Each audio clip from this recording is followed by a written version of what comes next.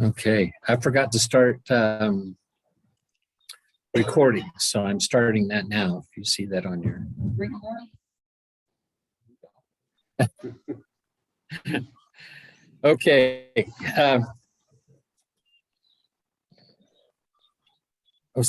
So this is really an interesting thing. So you can't see God and survive, right? Here they see God and they survive. So that's really interesting. And they ate and drank. Yeah. So God can manifest part of who he is. He could appear as a human being. And we think, okay, we talked to a human being. But it was God. He can do that. God can manifest himself in any way he chooses. And he chose to manifest himself in such a way that Moses and Aaron, Nadab, and Abihu and the 70 elders saw God like this. He's up in the sky, and under his feet was something like a pavement of sapphire, clear as the sky itself. So it doesn't mention any throne. He's just standing on this stone. How many of you remember that comic book, Silver Surfer? All right, good man, Bill. Silver Surfer was this guy that was a good guy, but he rode a surfboard, right? And when I think of this, I think, man, God is so amazing. He's just on this stone in the sky, and everybody can see him. And I'm hoping that maybe I can ride something like that when I get to heaven. It sounds just awesome. But God didn't raise his hand against them, you know. They saw him, and then they celebrated afterwards. So they had a potluck. Have to have that after you worship. You know, they saw God, they worshiped God, and then they had a meal afterwards. So this is the beginning of the tradition that we carry on today. Have some good fellowship afterwards. So at the beginning of the chapter, it said that Aaron, Nadab, and Abihu, and the 70 worship from afar off, and only Moses shall come near to the Lord. Yeah. And then here it is, not 10 verses later, and they're all up there together. Well, they're close enough to see God. Yeah. But Moses is way, way up ahead. Okay, so they're not. But They're not all grouped they've together. been blessed. Then Moses, Aaron, Nadab, and 70 Went up. So Yeah. there it says he did go, so they were together. You know, Well, there in verse 9. They were together in, if you backed up into a Zoom view. Y'all have Yeah. You know, if you're back, way back, but if you got up close, Moses was way ahead of them. Because Moses came down after verse 1. We're gonna see him go He up went and down. Then he came down. Yeah. And he went back up again. We're gonna see him going up and down. And he's an old man. I mean, you know, he's going up and down that Mount Sinai. Good for him. He's pretty athletic still. It's, I mean, God took them. We know that they said twice that they would do what God said. God blessed them with the blood. And immediately they see God. I mean, he accepted their word. Yeah. Like that. I mean, I didn't know God could do that instantly.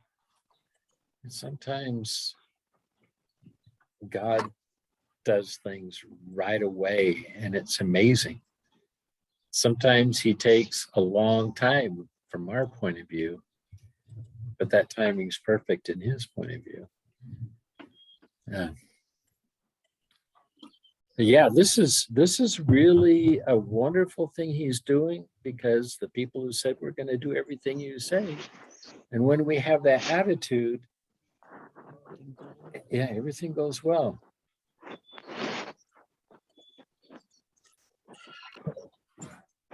Okay, 12. Let's just do 12, Bill.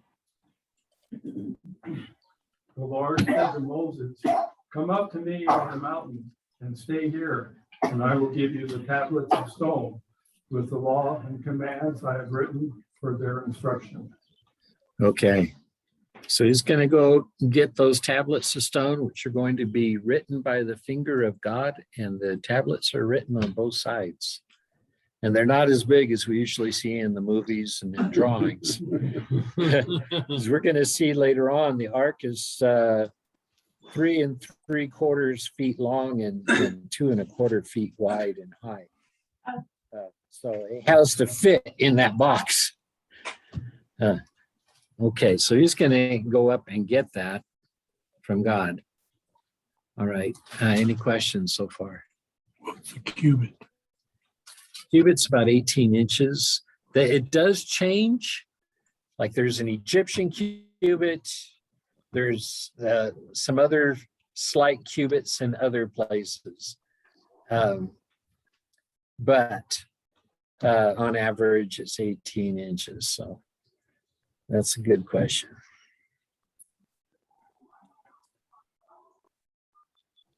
Okay, 13 through 14. Are we on Holly? So Moses rose with the servant Joshua. Moses went up to the mountain of God. And he said to the elders, "Tarry here for us until we come to you again. And behold, Aaron and Hur are with you. Whoever has a cause, let him go to them." All right. So remember before, Moses was the one who was doing all the judging, and his father-in-law Jethro said, "That's not good. You need to delegate so other people can help you out." And so he has people to do that now while he's away, which is a really great thing. Makes you think he's gone for a while, Yeah, for a length of time. right.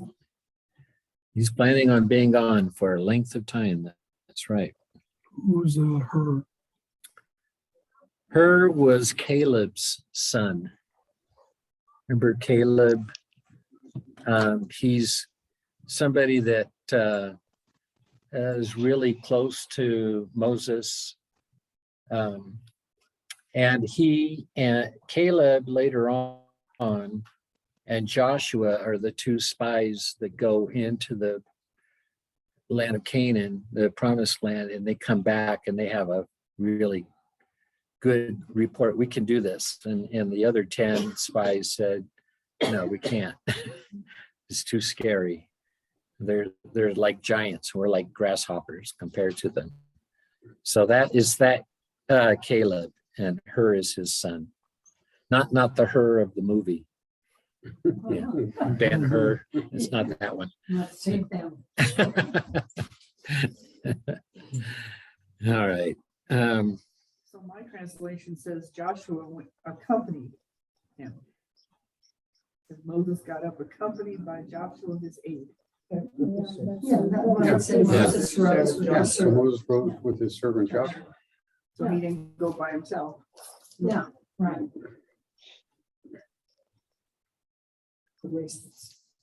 Joshua went so far and Moses went far. That's right. And Moses went up into the mountain of God. Joshua was down below. It's here. Okay, 15 to the end of the chapter. Lois. When Moses went up on the mountain, the cloud covered it, and the glory of the Lord settled on Mount Sinai. For 6 days, the cloud covered the mountain, and on the 7th day, the Lord called to Moses from within the cloud. To the Israelites, the glory of the Lord looked like a consuming fire on top of the mountain. Then Moses entered the cloud as he went up the mountain, And he stayed on the mountain 40 days and 40 nights. Okay.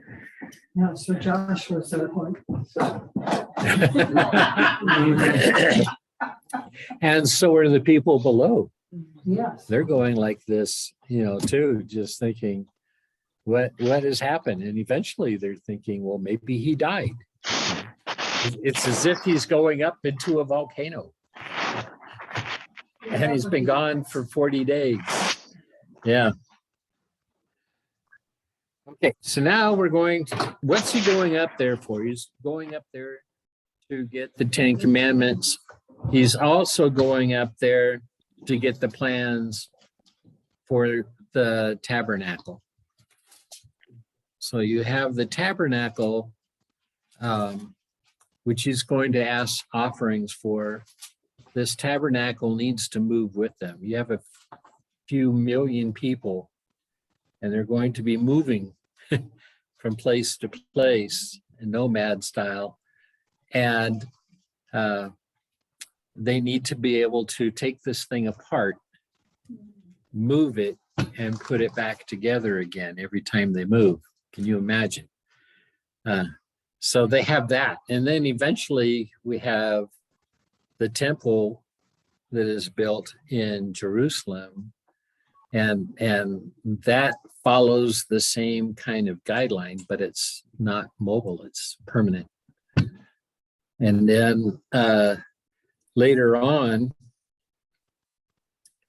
we see John chapter 2. Could somebody read that? John chapter 2, verses 19 through 21.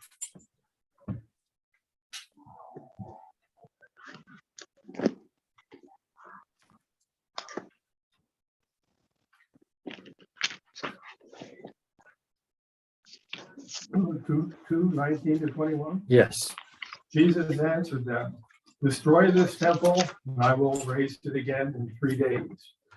The Jews replied, "It has taken 46 years to build this temple, and you're going to raise it in 3 days?" But the temple he had spoken of was his body. After he was raised from the dead, his disciples recalled what he had said. Then they believed the scripture and the words that Jesus had spoken. Okay. So there came a point where Jesus was the temple. And now we have the Holy Spirit in us.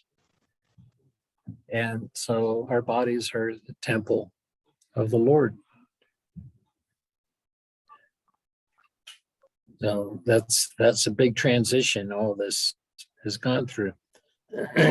But this temple, this tabernacle is like something you would see in a smoky mirror or something you would look at night. If you compare it to the real temple, which is in heaven. So this is meant to be an image of the real temple in heaven. They have to follow all these designs exactly because of that. They can't just say, oh, we're going to build it, make it the way we want it. No, it has to be the way that God tells them to build it. Okay, chapter 25, verses 1 through 7. Bill, comma. The Lord said to Moses, "Tell the Israelites to bring me an offering. You are to receive the offering for me from each man whose heart prompts him to give. These are the offerings you are to receive from them: gold, silver, bronze, blue, purple, and scarlet yarn, and fine linen, goat hair, ram skins dyed red, and hides of sea cows, acacia wood, olive oil for the light, and spices for the anointing oil and for the fragrant incense." 7. Yes, 7 also. And onyx stones and other gems to be mounted on the ephod and breastpiece. Okay. So they actually had 12 different gems that were mounted on the breast piece. So there's quite few precious gems that'll be gathered. So this says about these offerings, you receive the offering from me, from each man whose heart prompts him to give. Right? So maybe some people are saying, I don't care about building a sanctuary. I don't want to give for that. And God says, then don't give.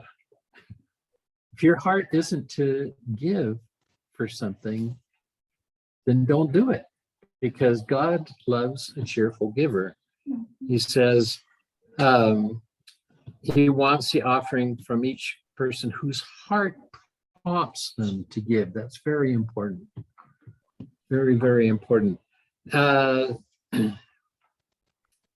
Let's turn to 2 Corinthians. Just kind of hold this place and go to 2 Corinthians 9:7.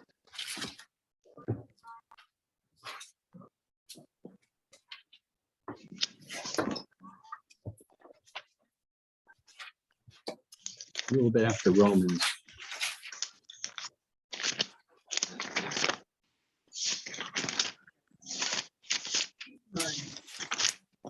Corinthians 9, verse 7.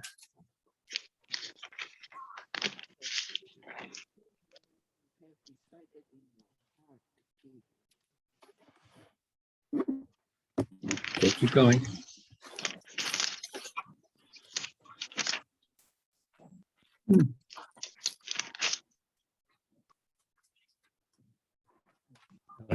Okay.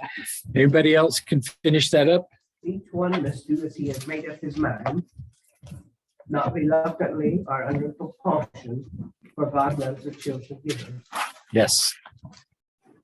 So that's where the blessing comes from, is giving cheerfully. So some people are like a sponge with water, give when you squeeze them. And other people are like a honeycomb, just constantly giving that out, that precious stuff. So if you don't feel like giving, don't give, because you won't get the blessing that way.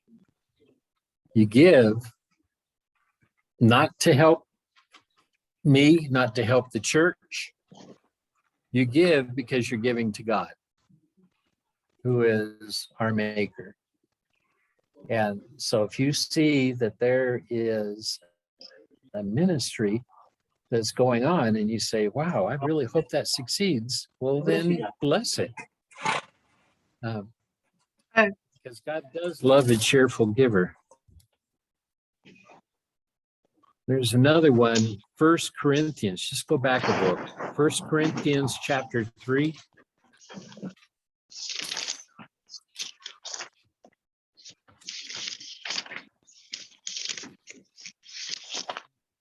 Verses 10 through 16.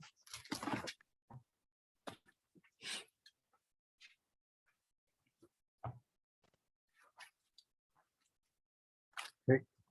Go ahead, Paul. According to the grace of God given to me, like a skilled master builder, I laid a foundation, and another man is building upon it. Let each man take care how he builds upon it, for no other foundation can anyone lay than that which is laid, which is Jesus Christ. Okay. Keep going through, what did I say? 16. Now, if anyone builds on the foundation with gold, silver, precious stones, wood, hay, straw, each man's work will become manifest. For the day will disclose it, because it will be revealed with fire, and the fire will test what sort of work each one has done. If the work which any man has built on the foundation survives, he will receive a reward. If any man's work is burned up, he will suffer loss, though he himself will be saved, but only as through fire. And 16. Do you not know that you are God's temple and that God's Spirit dwells in you? Okay. So there's the verse about us being God's temple.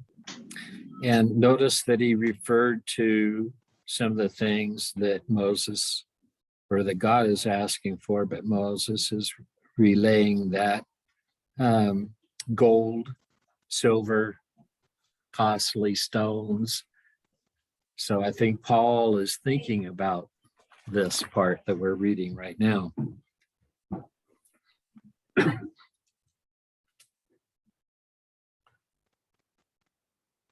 All these different things to put together the tabernacle of God. Any questions so far? Okay. Now, just so everybody knows, we're back in Exodus 25 now. Verse 8 and 9. Ken?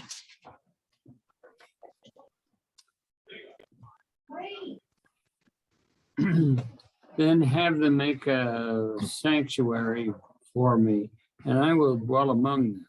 Make this tabernacle and all its furnishings exactly like the pattern I will show you.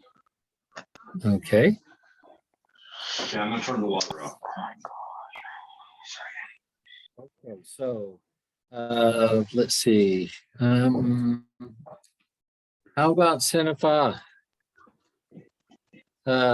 Verses 10 through 16. Okay. Have them make an ark of acacia wood, 2.5 cubits long, a cubit and a half wide, and a cubit and a half high. Overlay it with pure gold, both inside and out, and make a gold molding around it.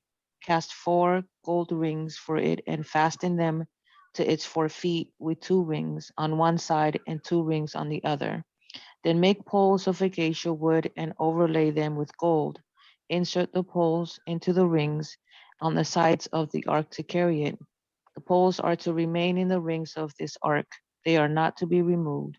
Then put in the ark the tablets of the covenant law, which I will give you. Okay. So the acacia wood is in that area that they're at. It's in that southern area. They have acacia trees. And I hear the wood is at least as hard as oak. It's good hardwood.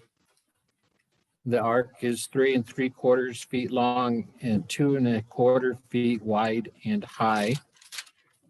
And it's covered with gold leaf, and they even make a molding to go around it. And then there's 2 rings on each side you can put a pole through, and that's how it's meant to be carried. You'll hear later on they're carrying it on a cart, and it starts to fall over as someone like pushes it back so it doesn't fall over, and he dies from touching the ark. So they weren't doing it the right way. God said, okay, put these rings on it, put the pole through it, and carry it by that. He didn't say do the most modern thing like the Egyptians are doing. And they are covered. Everything's covered in gold. But we're going to see even more than that in a minute.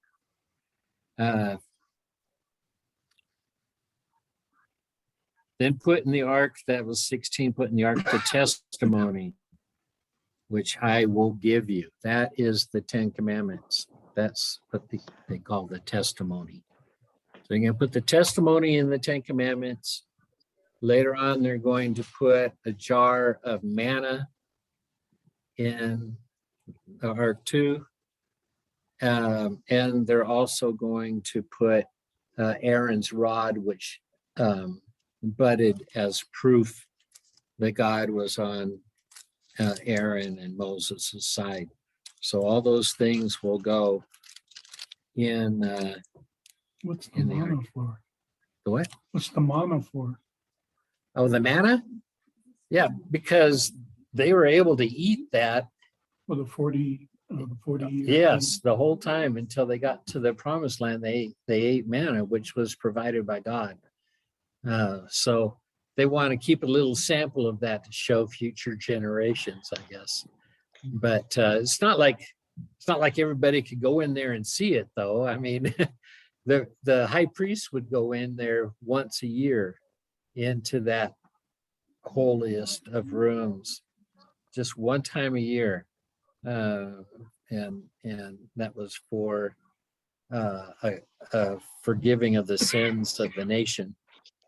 But anyway, that stuff was there as proof that it really happened. All right. So they only move camp once a year? No, they move camp all the time. Because it was like a tent kind of thing, really. Yeah, it even had a courtyard around it Yeah, with so they only went in there once a year? the high priest went into the back room. So there's a front room, and that's where they had the showbread. They had the bread that always had to be there. They had the menorah. They had the table of incense, and so the other priests could go in there, but only the high priest could go to the back part. And that's the interesting part is when Christ died, that curtain that separated the holiest of holies, that was torn when he died upon the cross. So the great symbolism there of the separation between man and God has been opened up. It's been bridged. Okay. Oh, Lua has a picture in her Bible. And that has the tent there. Although they have it opened, it's not really opened on the side like that. They have it open so you can see. It has one entrance. There's one way in and one way out. That is at the front, so it's not exactly. I mean, that you have to realize that so that they can show you what's inside there. And this is a picture of what the Ark of the Covenant would look like. Looks heavy. This whole part here with the cherubim facing each other and the seat of mercy beneath it was all made out of solid gold. That whole thing. You lift that up and then you could see the Ten Commandments and the jar of manna and the rod of Aaron inside there. But this is where it said this is where God would speak to Moses, is right between the cherubim. So when they were traveling, what they do, the walls of the Holy stayed up? They would take all the things down, just like, Down. Just like you would have, So, even more so than a tent, because a tent's pretty much everything stays together. This came apart in sections. so people could actually see the ark. when they Yeah. moved. Yeah. But once it was in a permanent temple, then they couldn't see it anymore. But you'll find they even used it. They would take the ark and take it to war with them. And the soldiers felt, okay, God's with us when the ark was with them. So that was a big thing to help them feel like, okay, we can win this. All right. Maybe people wanted the ark because it had all that gold. Yeah. Exactly. That's a lot of gold, right? Yeah. Apparently Aaron was a short man because he only had a rod that was 3 and Was was like like over 3 feet. Like a blind. 3 feet long because that's the only way it could fit in the ark. So it had Yeah. a very short rod. Well, these I have to think about that because what the shepherds would take was a staff and a rod, right? Oh, okay, staff. The Okay. staff was the one that you think of that would often have Would a have a hook on it, so hook the- on the end so they could, kind of pull the lamb Hmm. that way. But the rod was usually it was like a big branch that had a big burl knob at the end of it.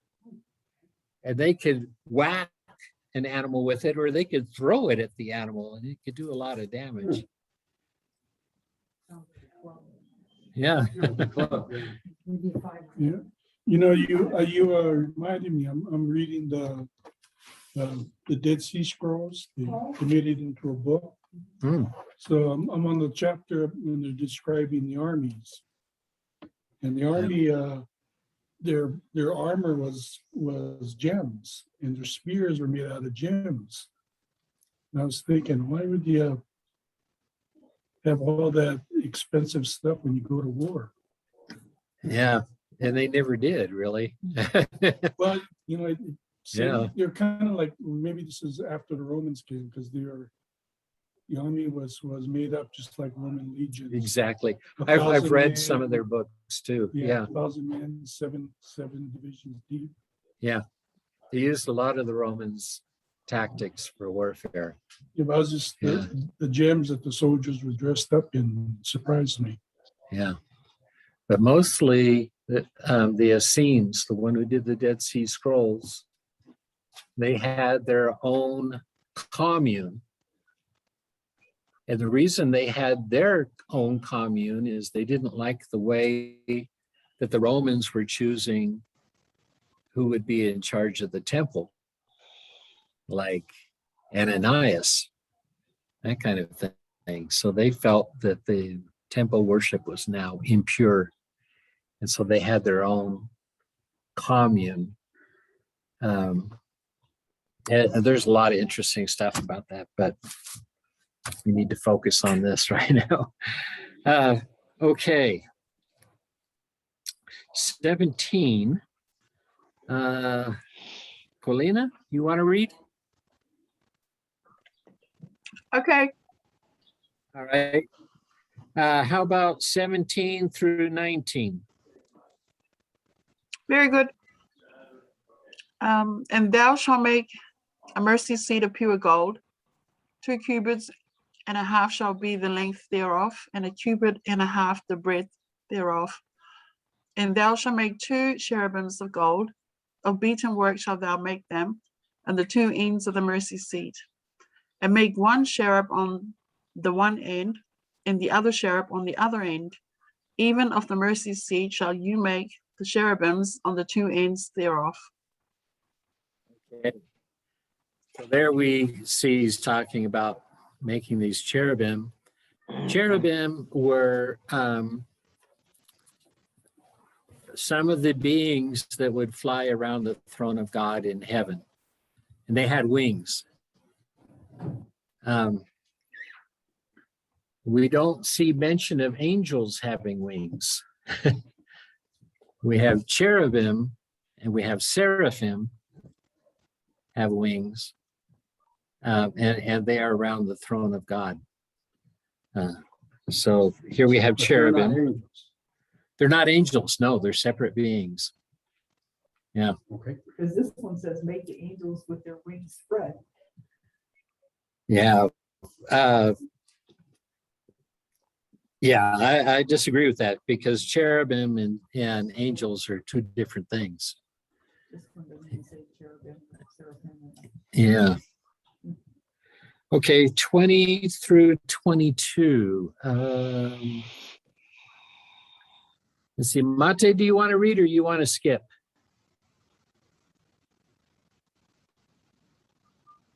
He's there.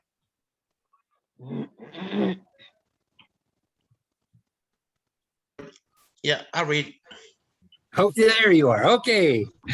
20 through 22. 20 to 22.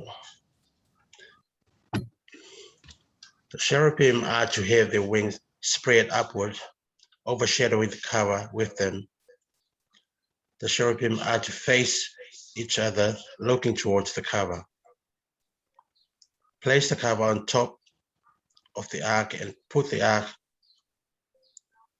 the ark the tablet of the covenant law that I will give you. There above the cover between the two cherubim that are over the ark of the covenant law, I will meet with you and give you all my commands for the Israelites. Okay, thank you. So that right there is where God will meet with Moses and and talk with him. Okay, how are we doing for time? We're out of time. We'll have to continue to be continued next week. All right. So let's A stop little here. footnote in my Bible, it says here, made of solid gold beaten out into the form of two cherubs, Right. winged lions with human heads.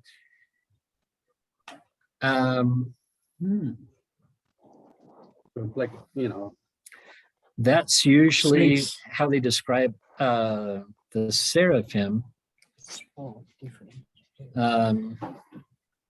Let me see if I can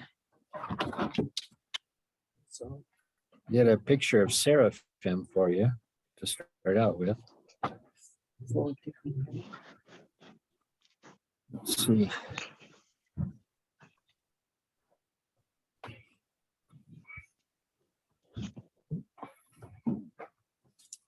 They were sure carrying a lot of precious metals. Yeah, they sure were. Remember how they asked the Egyptians if they could have their jewelry and things? Wilderness, carrying all your stuff, is that what you'd be carrying? That had to have been one heavy ark. That had to have been one heavy ark if it was made, if the seat and the cherubs were made of solid gold. So, yeah, that's why they just, Yeah. how could 4 people carry it? Oh, But they didn't say 4 people carrying the Well, no, rods, yeah, as so- many as it took. 4, it On the, says on the, it's shoot- 4. on the yeah. poles. Yeah, it may have been a whole. Yeah. Well, in the movie.